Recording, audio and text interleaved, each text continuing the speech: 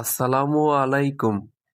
এই কৃষি সেক্টরে আপনি যদি ডেভেলপমেন্ট করতে চান, তাহলে আপনাকে অবশ্যই শ্রম ও মেধা দুইটাই একত্রিতভাবে কাজ করতে হবে। আপনি যদি এই সেক্টরে শ্রম না দিতে পারেন, তাহলে কখনোই আপনি এই সেক্টরে ডেভেলপমেন্ট করতে পারবেন না এবং আপনার জন্য এই সেক্টরে না আসাই ভালো হবে। এই জমিতে আমরা 3 দিন আগে ভুট্টার বীজ রোপণ করছিলাম।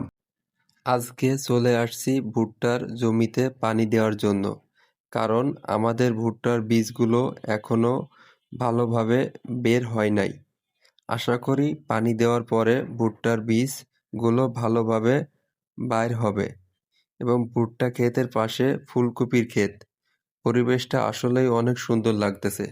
এটাই হলো আমাদের সেচ ব্যবস্থা। এটা দিয়ে আমরা আমাদের জমিতে সেচ দিয়ে থাকি। দেখেন কিভাবে পানি উঠতেছে।